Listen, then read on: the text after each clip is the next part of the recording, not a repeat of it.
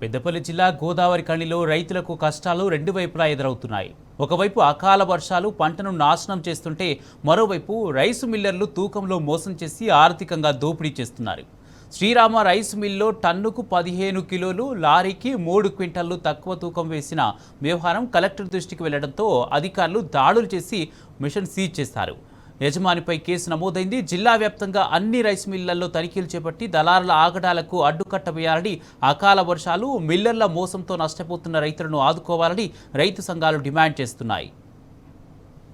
ఆదేశాల మీద ఈరోజు శ్రీరామ ఇండస్ట్రీస్ అనే రైస్ మిల్ మీద ఆకస్మిక దాడి చేయడం జరిగింది. ఈ దాడిలో 216 క్వింటాలు ఉన్న లారీ వేబిజ్లో 3 క్వింటాల 30 కేజీల తేడా గమనించడం జరిగింది. ఇదే విషయంలో ఈరోజు ఇన్స్పెక్షన్ జరగడం జరిగింది. దీంతో తేలింది ఏంటంటే ప్రతి లారీ పేమెంట్లో తక్కువ తూకం ఇవ్వడం జరుగుతుంది. దీని మీద కేసు రిజిస్టర్ చేయడం తదుపరి చర్య తీసుకుంటాం. శ్రీరామ ఇండస్ట్రీస్ గౌతమి నగర్ నందు షార్ట్ పేమెంట్ వస్తున్నదనే కంప్లైంట్ మేరకు జిల్లా లీగల్ మెట్రాలజీ అధికారి వారు మరియు కలెక్టర్ గారి ఆదేశాల మేరకు రావడం వలన మేము కూడా రావడం జరిగింది.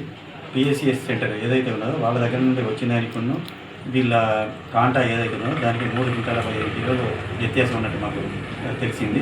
దీన్ని బట్టి ఏంటంటే వీళ్ళు తూకంలో వ్యత్యాసంతో రైతులను మోసం చేస్తున్నట్టు గ్రహించి లీగల్ మెట్రాలజీ వారు వాళ్ళు సీజ్ చేయడం జరిగింది.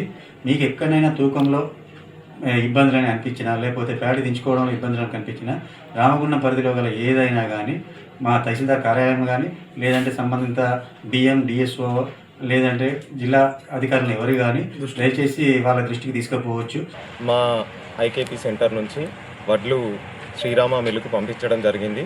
శ్రీరామ మిల్లులో మొన్న 13 తారీఖు పంపించిన లారీలో కాంటా షార్టేజ్ 9 బస్తాలు రాశారని మా ఐకేపీ సెంటర్ ఇన్ఛార్జ్ రమేష్ నాకు తెలియజేయడం జరిగింది.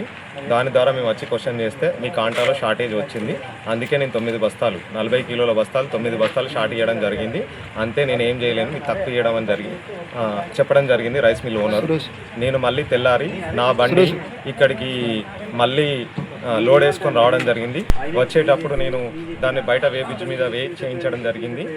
మళ్ళీ వచ్చి లోపల చేస్తే దానికి దీనికి 3 క్వింటాల చిల్లర డిఫరెన్స్ కనిపించడం జరిగింది. దాన్ని సంబంధిత కలెక్టర్ గారికి కంప్లైంట్ చేయడం జరిగింది. కలెక్టర్ గారు వితౌట్ రెస్పాండ్ అయ్యి ఎంఆర్ఓ గారిని, తూనిక కొలతల అధికారులను పంపించడం జరిగింది. పంపించి ఈ వేబిజ్ని చెక్ చేస్తే ఇది 3 క్వింటాల 20 కిలోలు తేడా ఉందని నిర్ధారణ చేయడం జరిగింది. దీని మీద సంబంధిత అధికారులు చర్యలు తీసుకొని సీజ్ చేయడం